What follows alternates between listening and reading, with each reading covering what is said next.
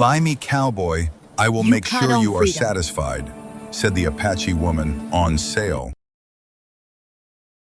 Before we dive into the story, don't forget to like the video and tell us in the comments where you're watching from. The sale was set up where the town stopped pretending to be orderly, past the last row of shops, and near the freight yard where broken crates and warp planks were stacked without care. The ground there was uneven, packed hard by wagons and boots, and the low wooden platform looked like it had been repaired too many times to trust. Dust hung in the air without moving much, trapped by the stillness of midday, and the heat pressed down in a way that made people impatient and careless. Only a few men had gathered, not because the event mattered to them, but because it required very little effort to stay and watch. The woman stood alone on the platform, wrists tied in front of her with a rope that had been used before and would be used again. The fibers were rough, and she could feel where they rubbed against her skin when she shifted slightly to ease the pressure. She kept her feet planted wide enough to stay balanced, toes gripping the wood beneath her. She did not look at the crowd directly. Her eyes stayed forward, focused on a point just past them, because looking too closely at men who were deciding her value had already taught her nothing useful. Her breathing was steady, controlled, measured the way it had to be when panic could make things worse. She spoke once. The words were simple and deliberate, chosen for survival rather than persuasion. Her voice stayed even, not soft, not raised, carrying only as far as necessary. She did not repeat herself when no one reacted right away. She had learned that repeating made people think you were desperate, and desperation invited things she could not afford. Inside, her body was tense, her muscles tight from holding herself together, but she refused to let that show. Fear was present, but it was managed, contained, treated like a tool rather than a weakness. Elias Harper had not planned to be anywhere near the freight yard that day. He had come into town early to avoid crowds, with a clear list in his head and no interest in staying longer than required. Flour, salt, lamp oil, nails. Nothing else. He lived alone far enough outside town that every trip mattered, and he avoided unnecessary trouble because trouble had a way of staying longer than it was welcome. His past had taught him that much. He stood at the edge of the gathering, partially shaded by the side of a storage building, his hat pulled low, his hands resting at his sides. He noticed details out of habit. The condition of the rope, the way the platform sagged slightly under the woman's weight, the expressions of the men watching, bored rather than invested. What caught his attention most was not her voice, but her stillness. She was not fighting the rope, and she was not slumped beneath it either. That restraint unsettled him more than panic would have. Elias had spent years working frontier land before walking away from it, first as a hired hand, later as a man who learned how violence worked and chose to leave it behind after it took more than he was willing to lose. He had come to value quiet and predictability, building a life around routine because routine did not surprise you. Standing there now, he felt an unexpected tightening in his chest, not sharp, not overwhelming, but persistent enough to demand attention. He told himself it was irritation at the scene, nothing more, but he did not turn away. As the man overseeing the sale spoke again, his tone careless and impatient, Elias felt his thoughts shift from observation to consideration. He was not there to rescue anyone. He was not a man who believed in dramatic gestures or clean outcomes. He knew exactly what taking responsibility for another person could cost. He also knew what it meant to leave things as they were. His decision formed slowly, built from practical reasoning rather than impulse. He had space. He had resources. He had a cabin that no longer served a single purpose. When Elias stepped forward, the movement felt heavier than it should have.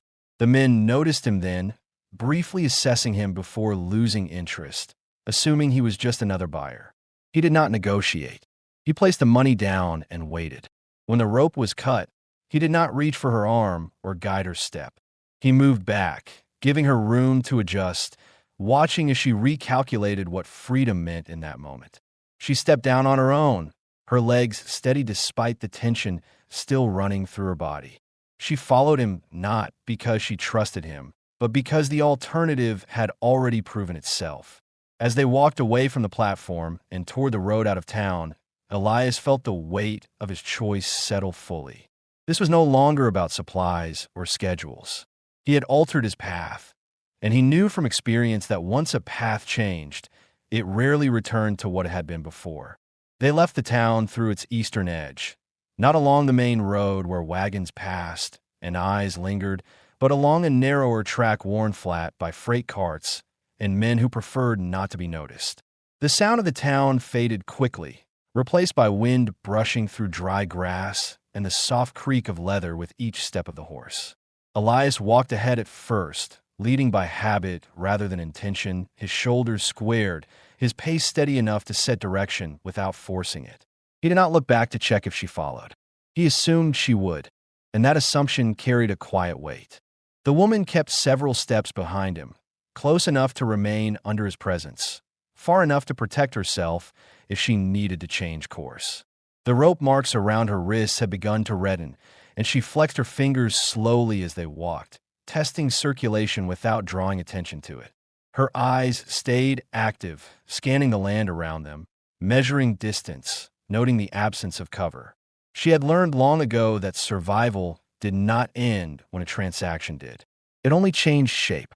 Elias reached the horse tied beneath a weathered cottonwood, its flanks streaked with dust and sweat from standing too long in the heat.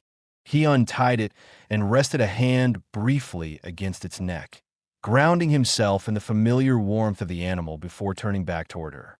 For a moment, neither spoke. He took in her stance again, the way she stood ready rather than uncertain, and it reinforced something he had already decided but not yet named. He mounted without ceremony, settling into the saddle with the ease of long use, then guided the horse into a slow walk rather than urging it forward. The choice was deliberate. He was leaving room for her to adjust, to decide how close she needed to be. After a short distance, he slowed further and angled the horse toward her, extending the reins without explanation. The gesture was simple, practical, and carried no instruction beyond trust.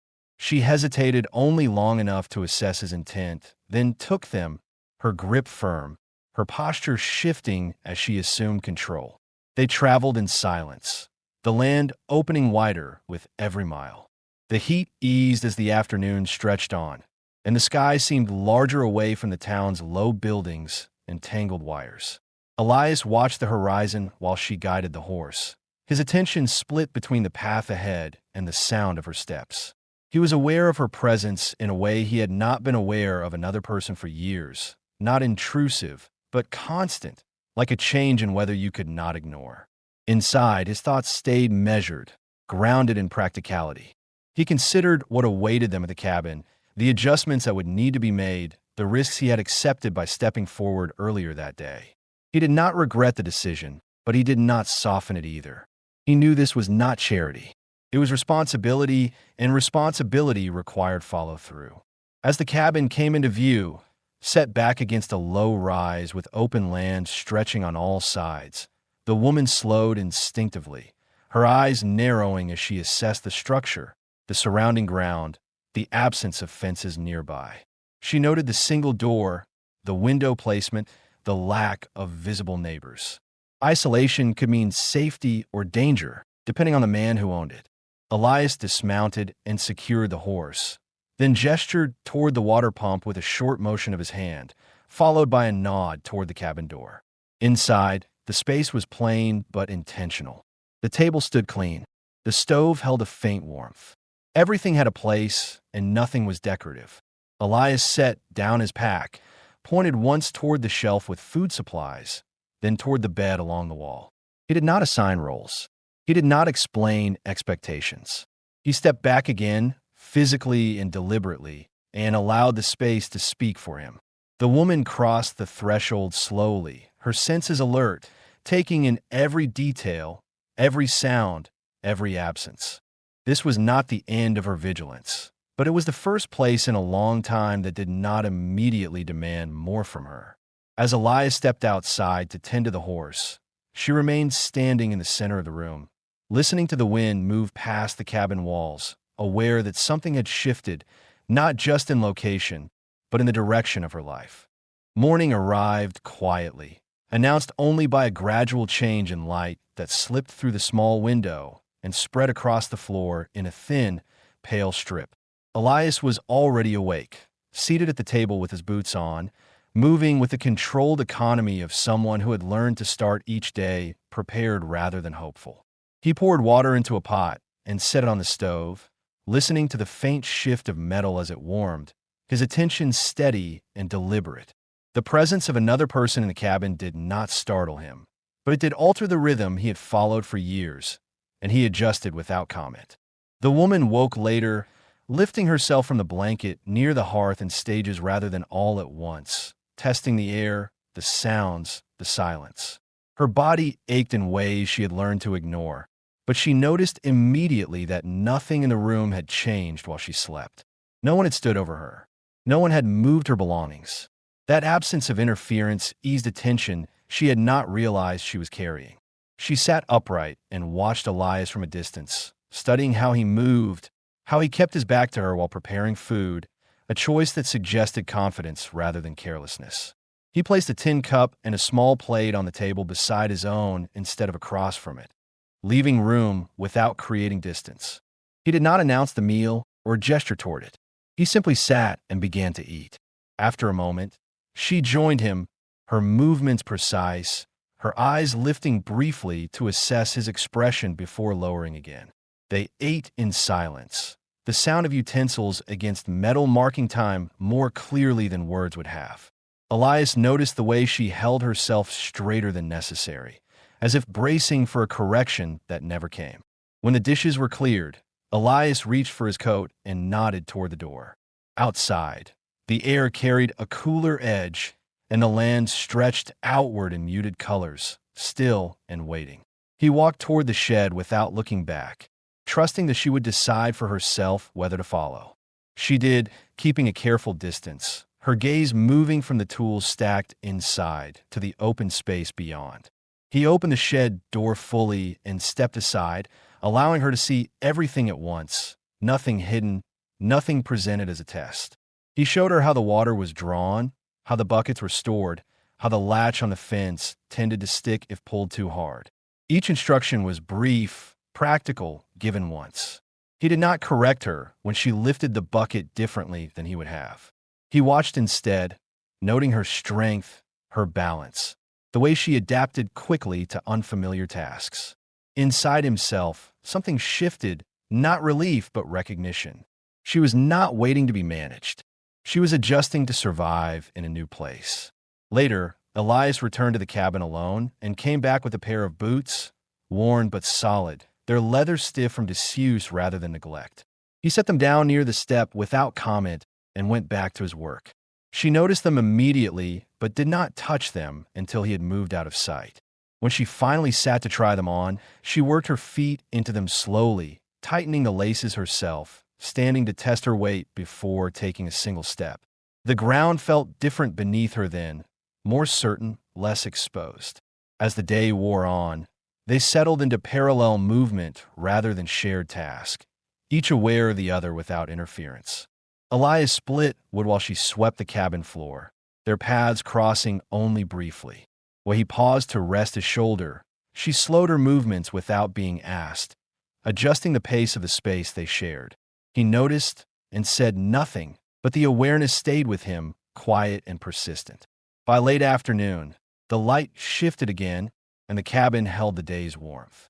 Elias stood at the doorway for a moment, looking out across the land that had once felt empty and now felt altered, though he could not yet define how. Inside, she folded the blanket she had slept on and placed it neatly near the hearth, not because she had been told to, but because she intended to remain. Neither spoke of plans or permission, but the choices they made throughout the day settled into the space between them, steady and unmistakable. The fourth day began with a low wind moving across the open ground, steady but not harsh, the kind that carried sound farther than expected. Elias noticed it immediately when he stepped outside, adjusting his coat before the chill had time to settle into his joints. He stood still for a moment, listening, not because he expected trouble, but because listening had become a habit that once kept him alive. The land answered with nothing more than distance and motion, and he accepted that answer without disappointment. Inside the cabin, Naeli was already awake. She had risen before the light fully reached the window, not out of urgency, but because her body no longer trusted stillness after dawn. She moved quietly, careful not to disturb the space, though she was beginning to understand that silence here did not carry the same risks it once had. She poured water into the basin and washed her face, watching herself briefly in the dull reflection, noting the steadiness in her eyes that had not been there days ago. The marks on her wrists had faded to pale lines, reminders rather than injuries, and she flexed her hands again, not out of pain but habit. Elias returned and set a bundle of fence wire on the table. He said only one word, "North," and stepped back outside. Naeli followed after a pause, pulling on the boots he had left for her days earlier, the leather now softening with use. She understood enough to know what he meant without further explanation. The fence along the northern edge had been weakened by winter runoff, and it was work that needed attention before it became a problem. He did not ask her to come. He did not tell her to stay. The choice remained hers, and that freedom carried a weight she was still learning how to hold. They walked together, but did not speak. The distance between them was smaller now, not because either had closed it deliberately, but because their steps had gradually aligned. Elias carried the tools while Naeli handled the wire, her fingers steady as she unwound it, measuring length by sight and instinct rather than counting. She watched how Elias tested each post before working on it, checking for weakness at the base, pushing once, then again, his movements patient and exact. There was no rush in him, no frustration when a task took longer than expected. That restraint caught her attention more than any display of strength would have. As they worked, Naeli became aware of how her body responded to the routine. The tension she had carried since the sail began to loosen, replaced by a focused alertness that felt different from fear. She noticed that Elias never positioned himself behind her without warning. When he needed to pass close, he paused until she shifted first. These were not gestures meant to be noticed, but they were deliberate, and she cataloged them quietly, building a picture of who he was through action rather than assumption. Elias, for his part, found his thoughts drifting more than usual.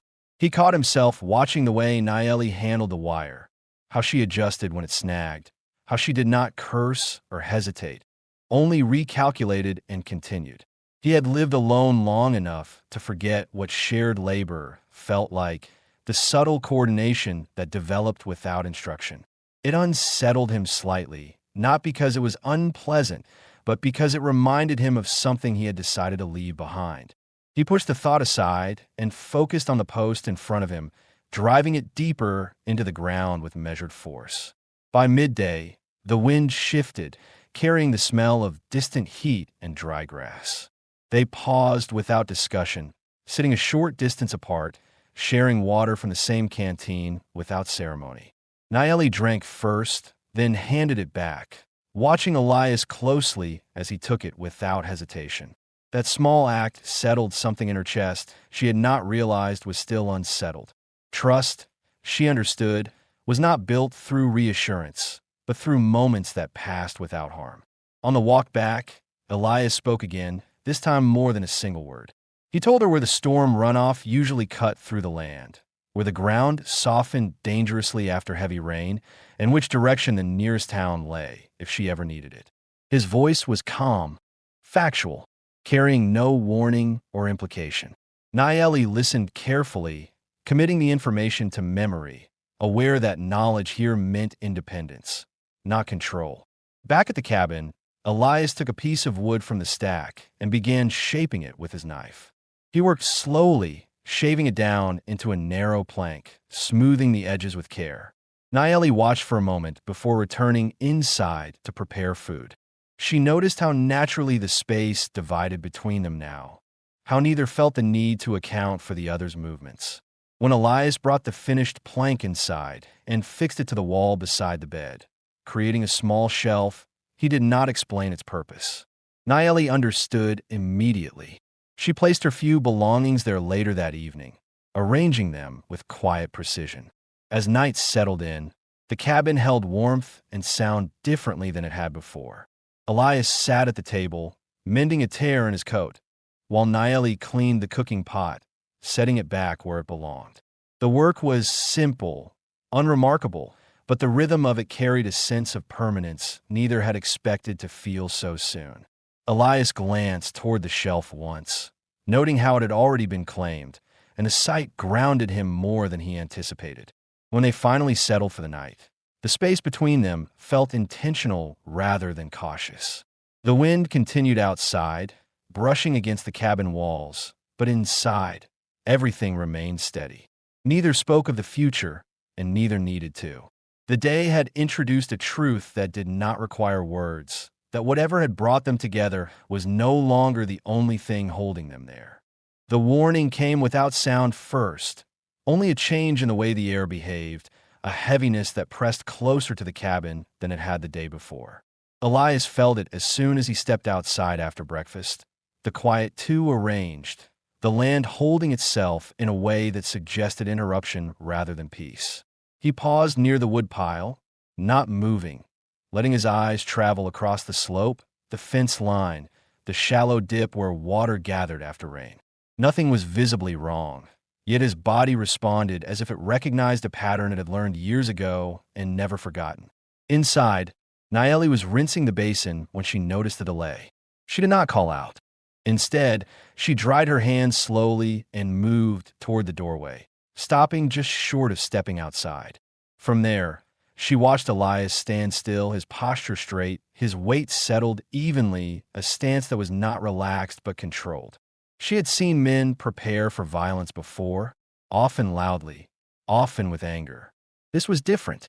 There was no performance in him, no tightening meant to intimidate. He was simply ready.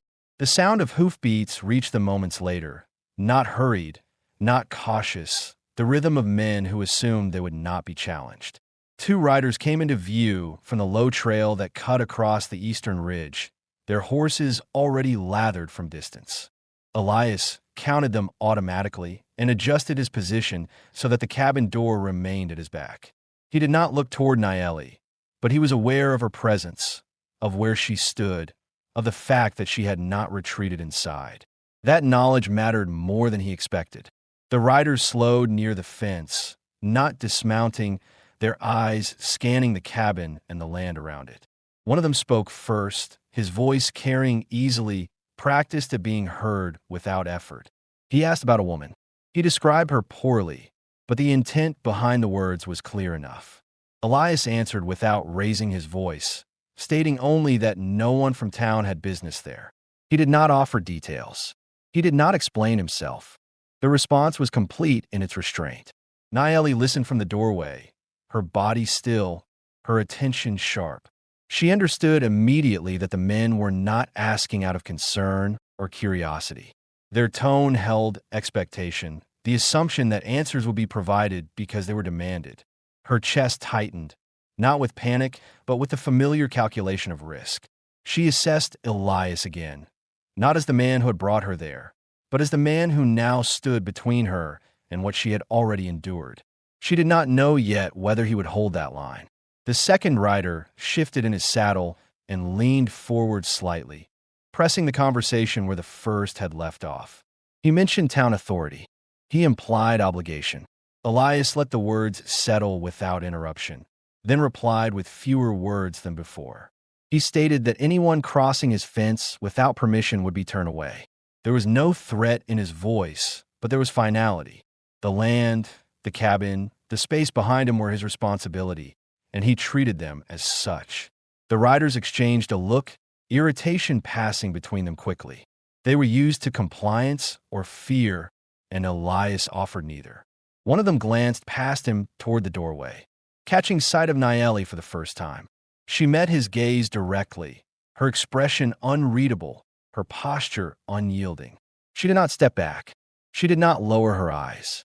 The moment stretched long enough for Elias to notice the shift in the rider's focus and adjust his stance by a fraction, enough to block the view without making a show of it. That adjustment settled something in Naeli. It was not relief exactly, but recognition. Elias was not reacting to her presence as a problem to be managed. He was responding to the intrusion as a boundary violation, and she happened to be on the right side of that boundary. The distinction mattered more to her than safety alone ever had. The riders pressed once more, their tone sharpening, impatience surfacing as their assumption of control faltered. Elias did not engage with the change. He repeated himself, word for word, without inflection, without escalation. The repetition was deliberate, a signal that the conversation had ended. Silence followed, thick and uncomfortable, broken only by the restless shift of the horse's hooves against the dirt. Eventually, the riders turned away, not because they were convinced, but because there was nothing more to extract. They did not issue threats or promises. They simply left, the sound of hoofbeats receding slowly, carrying frustration with them. Elias remained where he was until the land settled back into its usual stillness. Only then did he move, stepping aside from the doorway to allow Nayeli space again. Neither of them spoke immediately. Nayeli exhaled slowly, realizing only then how tightly she had been holding her breath. Elias closed the door behind them, securing it with a calm motion that suggested routine rather than alarm. He walked to the table and poured water into 2 cups, setting one near her without looking at her face. The gesture was simple, but it acknowledged the shared weight of what had just passed. Nayeli took the cup and drank, her hand steady. She studied Elias openly now, noting the absence of triumph or tension in him. He did not act as though he had proven anything. He simply resumed his place in the space, as if standing firm had been no more remarkable than repairing a fence. That lack of performance made the moment feel real in a way words never could. Later that afternoon, Elias walked the perimeter alone, checking the fence line and the low trail, reinforcing what needed reinforcing. Nayeli remained near the cabin, not because she was told to, but because she chose to. She prepared food, set things in order, and waited. When he returned, dusty and quiet, she handed him a clean cloth for his hands without explanation. He accepted it with a nod, and that small exchange carried more meaning than any assurance either of them could have offered. As evening settled, the cabin felt different, not because danger had come close, but because it had been answered. Nayeli understood now that staying here did not mean hiding. It meant being claimed by the space itself, protected by a man who did not announce his choices, but stood by them fully once made. Elias, sitting across from her at the table, recognized that his life had shifted again, not through loss this time, but through commitment, and he accepted that weight with the same steadiness that had guided him all along. The morning after the riders left did not arrive gently. The sky stayed low and pale, the kind that pressed down without rain, and the air carried a dry tension that made even familiar sounds feel exposed. Elias woke before first light, not out of habit this time, but because sleep had loosened its hold too early. He sat at the edge of the bed for a long moment, boots still off, elbows resting on his knees, replaying the measured tone of his own voice from the day before, checking it for cracks he had not allowed to surface. He found none, which did not ease him as much as he expected. Nayeli stirred near the hearth, sensing movement before sound. She rose quietly, wrapping the blanket around her shoulders before standing, careful not to step too close. The space between them no longer felt fragile, but it still carried respect. She watched Elias pull on his boots, noting the slower pace in his hands, the way he tightened the laces as if grounding himself through the motion. When he stood, he did not reach for his coat right away. Instead, he looked toward the door, considering the land beyond it as if weighing more than distance. They worked separately that morning, not out of distance but focus. Elias walked the boundary again, this time extending his inspection farther than usual, following the trail the riders had taken and marking where the earth had been disturbed. He knelt once, brushing dirt aside with his fingers, confirming what he already suspected. They had come to test him, not to claim. That distinction mattered. It meant they would return eventually, and when they did, they would expect a different outcome. He stood and made a decision that did not feel dramatic, but necessary. Back at the cabin, Naeli reorganized the interior with care rather than urgency. She shifted the table closer to the window to catch more light, stacked firewood nearer to the stove, and adjusted the shelf Elias had built so it held weight more evenly. Each change was small, practical, and intentional. She was not decorating. She was preparing. The act steadied her thoughts, giving shape to a sense of permanence that had not yet been spoken aloud.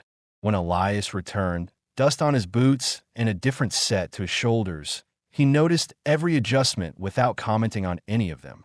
They ate later than usual, seated closer than before, not because the space demanded it, but because neither felt the need to keep distance.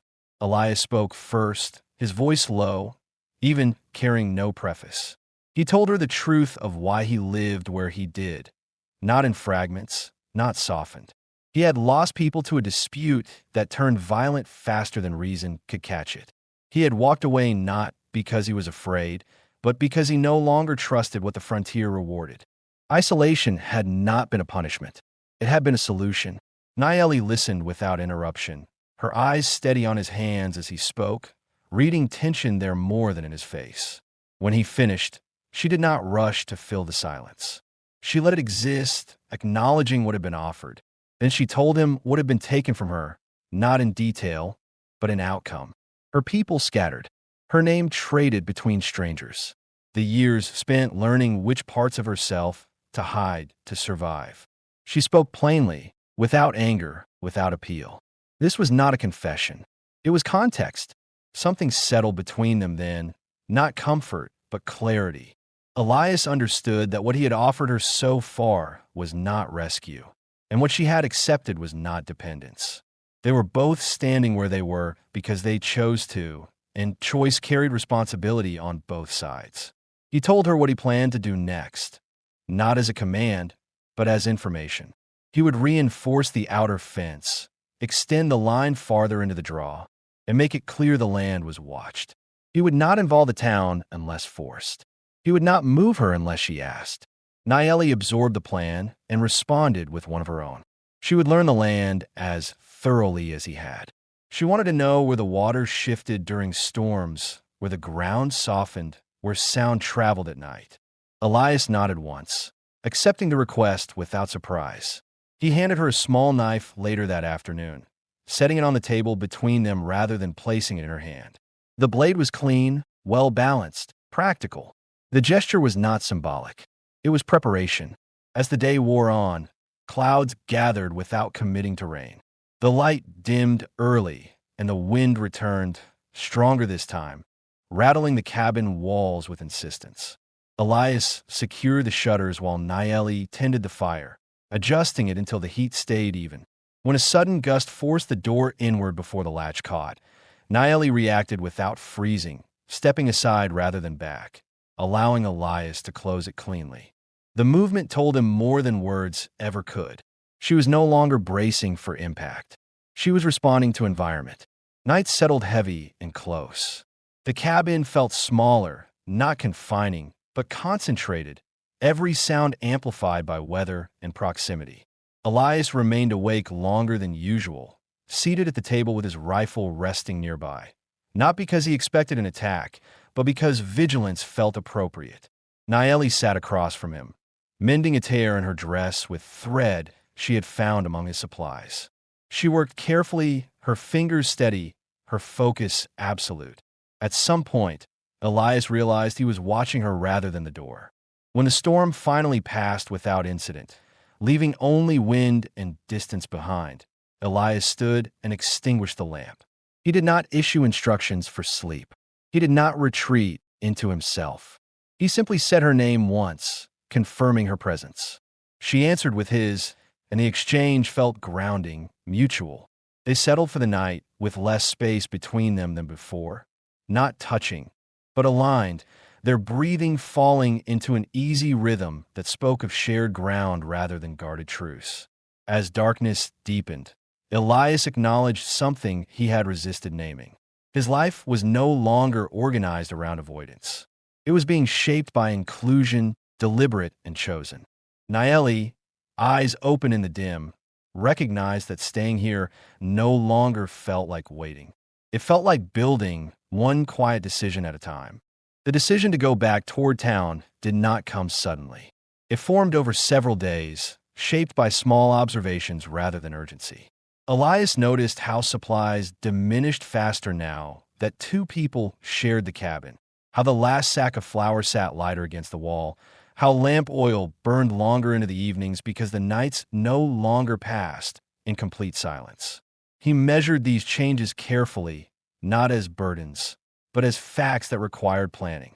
On the fourth morning after the storm, he said they would ride out together, and the statement carried no question in it. Nayeli did not react right away. She finished tying the bundle of dried meat she had prepared, set it into Elias's pack, and only then looked at him. Her expression held focus rather than concern. Towns had never been neutral places for her. They were unpredictable, crowded with memory, shaped by other people's authority. Still, she nodded once. Avoidance had never saved her before. Preparation had. They left early, before the sun rose fully, the sky still muted and colorless. Elias saddled the horse while Nayeli checked the straps without being asked, tightening one that had loosened overnight.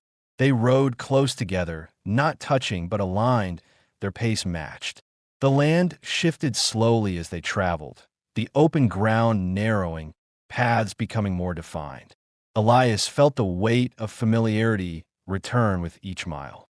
He had spent years distancing himself from places like the one they were heading toward, yet now he found his attention fixed not on what awaited him, but on how Nayeli carried herself beside him. She sat upright in the saddle, her movements controlled, her gaze steady. She did not hide, but neither did she invite attention. Elias recognized the posture immediately. It was the stance of someone who refused to disappear without offering themselves up for scrutiny. That balance impressed him more than confidence ever could. It also reinforced the choice he was about to make. The town came into view gradually, buildings low and uneven, smoke rising thinly from chimneys. Elias slowed the horse before reaching the main road and adjusted their path, so they entered from the side rather than the center. People noticed them anyway. Eyes followed them with interest that turned to confusion when Elias dismounted first and then helped Nayeli down without hesitation. He did not keep a hand on her arm. He did not guide her steps. He simply stood beside her, close enough that the intention was unmistakable. They moved through the street together. Elias collected what he needed efficiently, speaking only when required, his tone calm, his presence steady. Nayeli stayed near, her awareness sharp, tracking movement, listening for shifts in tone. When a shopkeeper glanced at her too long, Elias placed himself between them without comment, continuing the transaction as if nothing had happened. The act was quiet, but it carried weight. Nayeli noticed the lack of performance in it, the absence of threat or display. He was not asserting ownership. He was setting a boundary. The moment came when they encountered someone Elias recognized, a man who had been present at the sale days earlier. The recognition was mutual, surprise flickering across the man's face before calculation replaced it. He opened his mouth to speak, but Elias did not wait for the words. He addressed Nayeli directly, introducing her by name, then stated clearly that she was his wife. The statement landed without emphasis, without challenge. It was not meant to convince. It was meant to inform. Nayeli felt the shift immediately. The word did not bind her in the way she once would have expected. It steadied her instead. Elias had not asked permission in front of others, but he had already given her choice in every way that mattered. She accepted the declaration by remaining where she was, her posture unchanged, her presence firm. The man said nothing further. He nodded once and stepped aside, the conversation ending before it began. They did not linger after that. Elias finished their business and guided Nayeli back toward the edge of town. Only once they had cleared the last building and the land opened again did he speak. He told her that if she did not want the name, he would not use it again. He said it plainly, without apology or defense. Nayeli listened and then responded just as directly. She told him that names mattered less than actions, and that it had already been earned. The exchange felt complete in a way neither questioned. On the ride back, the air felt lighter. The land seemed to stretch more easily beneath them. Elias became aware of how naturally his thoughts now included another person, not as an obligation, but as a constant. He found that he did not resist the awareness. Nayeli, for her part, noticed how the tension she carried into town had not returned with her. Something had been settled there, not through confrontation, but through clarity. Back at the cabin, Elias unpacked supplies while Nayeli put things away without instruction, their movements overlapping smoothly. Elias retrieved a small bundle wrapped in cloth from his pack and set on the table. Inside was a simple ring, plain and sturdy, made by a local smith he trusted. He had purchased it without ceremony, not as a symbol meant to impress, but as something that would last. He did not kneel. He did not speak at length. He placed it between them and waited.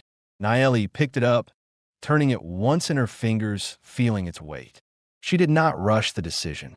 She thought of the cabin, the land, the way Elias stood in the doorway when it mattered. She slid the ring onto her hand herself. The action was deliberate, unambiguous.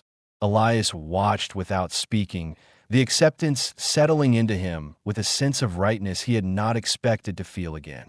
As evening fell, they prepared the meal together, standing closer now, exchanging brief words about small things. The cabin held them easily, the walls no longer echoing. Outside, the wind moved across the grass as it always had, indifferent to change. Inside, two lives had aligned through choice rather than necessity, and the quiet that followed was not empty. It was shared, solid, and fully claimed. The days that followed the return from town did not announce themselves as different, yet everything moved with a steadier rhythm that neither of them had known before. The cabin no longer felt like a place borrowed from solitude. It had shifted into something occupied with intention, shaped by two presences that understood each other without needing alignment spoken out loud. Elias noticed it first in the mornings, in the way he no longer paused before stepping outside, in how the silence around the cabin no longer pressed inward but settled calmly, as if it knew it belonged. Nayeli adapted to the land with increasing precision. She learned the patterns of light as it crossed the clearing, how shadows reached farther in late afternoon, how sound traveled differently depending on wind direction. Elias did not instruct her. He answered when she asked, which was not often, and when he did, his answers were complete, never held back. She absorbed the information quickly, mapping the terrain in her mind until it became familiar enough to trust. That familiarity brought a new kind of confidence, quieter than defiance, stronger than hope. Work filled their days, not as a distraction, but as structure. Elias extended the fence line beyond the shallow draw, setting posts deeper than before, anchoring them against erosion.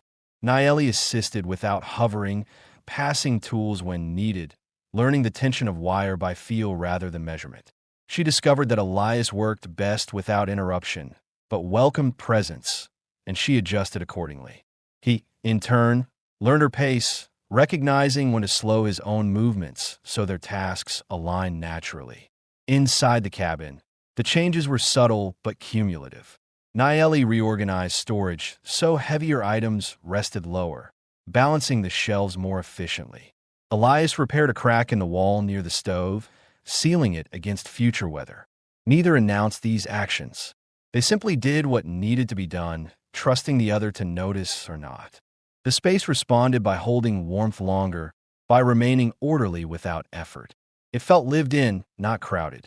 At night, they spent more time at the table than apart. Elias cleaned his rifle methodically, not because he expected use, but because maintenance mattered. Nayeli mended clothing, her hands steady, her focus absolute. They spoke occasionally, never filling the quiet unnecessarily. When Elias mentioned plans for the coming months, they were no longer framed around survival alone. He spoke of planting, of reinforcing the roof before winter, of expanding the small corral. Nayeli listened and added her own thoughts, practical and grounded. She suggested where water collected after storms, where planting would hold best. Elias accepted her input without hesitation, and the shared planning shifted something fundamental. This was no longer a place one of them might leave. One afternoon, while Elias worked near the far fence, Nayeli walked the perimeter alone, not to escape, not to test limits, but to claim understanding. She moved deliberately, noting where the ground dipped, where grass grew thinner, where tracks crossed and faded.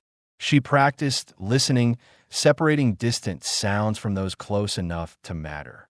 When she returned to the cabin, Elias looked up from his work and read the change in her posture immediately. She had walked the land as someone who belonged to it, not as a guest.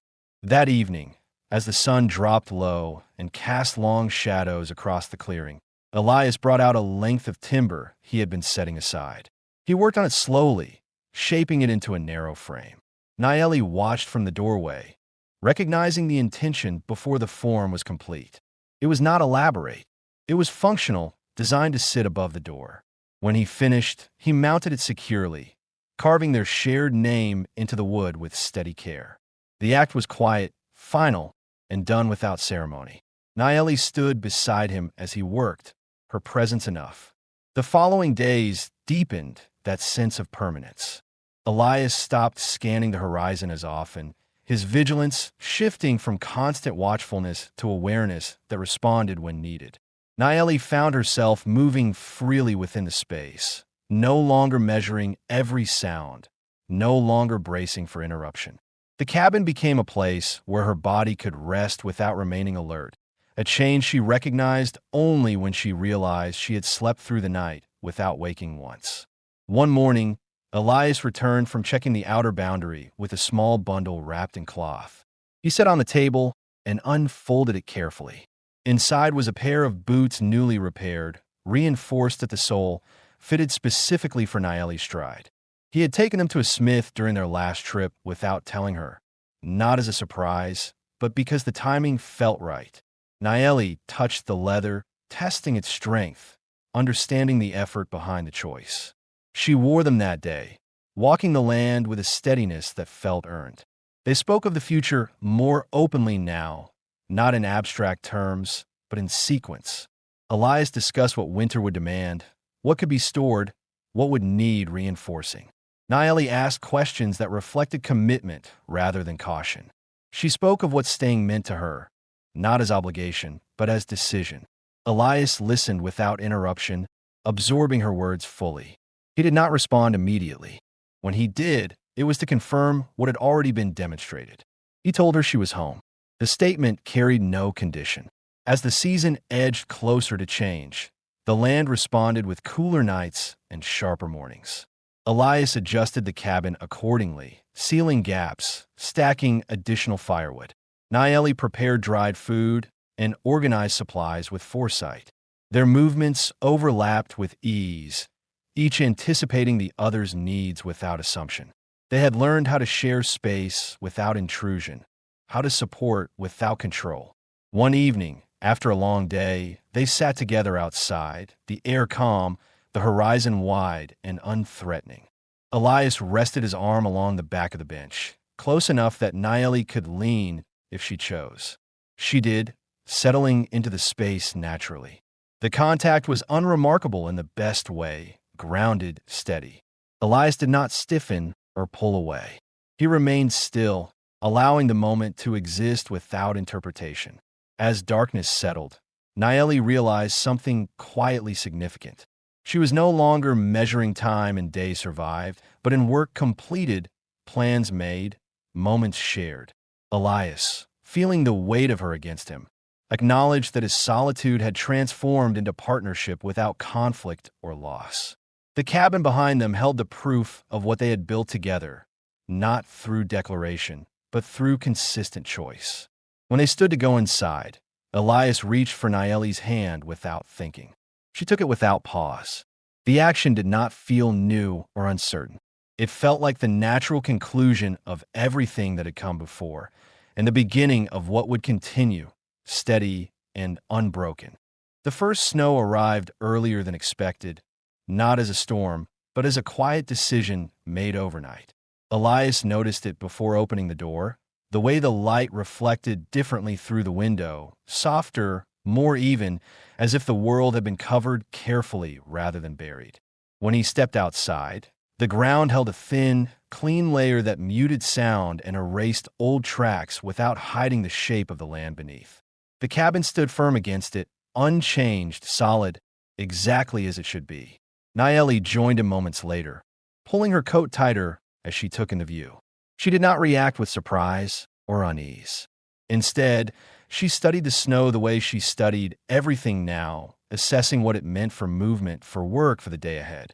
She noted where it had gathered deeper along the fence line and where the wind had left the earth bare. Winter was not a threat to her anymore. It was a condition to prepare for, and preparation was something she understood. They moved through the morning without discussion, each attending to tasks already agreed upon through weeks of shared routine. Elias reinforced the last section of the corral, driving posts into ground that had begun to stiffen with cold. Nayeli stacked firewood inside the shed, arranging it so the oldest would be used first, the newer kept dry and ready. Their work intersected naturally, tools exchanged without pause, space shared without friction. The land responded by offering no resistance, as if recognizing the steadiness of their presence. By midday, the cabin held warmth easily. The stove worked efficiently, the repaired walls kept out the cold, and the table bore the marks of two lives lived in alignment rather than collision. They ate together, unhurried, discussing the order of the coming weeks. Elias spoke of supply runs and livestock. Nayeli spoke of storing grain and reinforcing the roof before heavier snow fell. The conversation did not circle uncertainty or fear. It addressed continuity. After the meal, Elias retrieved a folded paper from a chest beneath the bed. He placed it on the table between them and flattened it carefully. It was a simple document prepared during their last visit to town, bearing the marks of official recognition. Nayeli recognized it immediately, not because she had seen it before, but because she understood what it represented. Elias told her he had finalized it without spectacle, making their union legally binding in a way the town would respect and leave alone. He had done it not to claim her, but to protect the life they were building from interference. Nayeli read it slowly, absorbing every word. She felt no tightening in her chest, no sense of being trapped or renamed against her will. Instead, she felt a calm certainty settle deeper than anything she had known before. This was not the loss of identity. It was the confirmation of choice. She signed it herself, her hand steady, her name clear. Elias watched without comment, understanding that the act mattered because it was hers. The afternoon passed with quiet efficiency. They checked the roof together, securing loose shingles. Elias worked above, while Nayeli held the ladder steady below, her stance firm, her attention unwavering. The cooperation felt ordinary, and that ordinariness carried more weight than ceremony ever could. When the last task was finished, they stood together in the clearing, the land spread wide and clean before them, the cabin behind them complete. As evening approached, Elias prepared a meal that took longer than usual, using ingredients he had saved deliberately. Nayeli set the table with care, not as a gesture, but as acknowledgement. They ate by lamplight, the glow warm against the encroaching dark, speaking occasionally, never out of obligation. When a meal was finished, Elias cleared the table while Nayeli poured water and wiped the surface clean. Their movements overlapped with the ease of long familiarity. Later, Elias stepped outside one final time to secure the door and check the perimeter. The snow had stopped falling. The sky was clear, stars sharp and distant. He stood there longer than necessary, not watching for danger, but taking in the stillness, aware that his life no longer felt suspended between what had been lost and what might go wrong next. It felt present, grounded and sufficient. Inside, Nayeli laid out blankets near the hearth, adjusting them so they would share the same warmth without crowding. When Elias returned, she looked up, meeting his eyes fully. There was no hesitation there, no question left unanswered. They moved closer, the distance between them closing naturally, their contact deliberate and calm. Elias rested his hand against hers, not gripping, not guiding, simply present. Nayeli leaned into him, her weight balanced, her trust unguarded. They sat together as the fire burned lower, the cabin holding the sound of their breathing and the faint crackle of wood. Elias spoke once, quietly, stating that this place, this life, was permanent for him.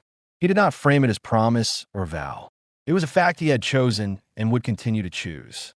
Nayeli answered with equal clarity, telling him she was no longer passing through anything. She was staying. When they finally laid down to sleep, it was not as two people sharing space out of necessity, but as partners settled into a life they had constructed carefully, without force, without illusion. Outside, the land rested under snow, unchanged and vast. Inside, the cabin held a future that was neither uncertain nor fragile. Morning would come, and with it work, seasons, years. The past would remain part of them, but it no longer directed them. Elias and Nayeli had built something durable, rooted in decision and sustained by daily action. There were no loose ends, no unfinished questions, only a shared life moving forward, steady and complete.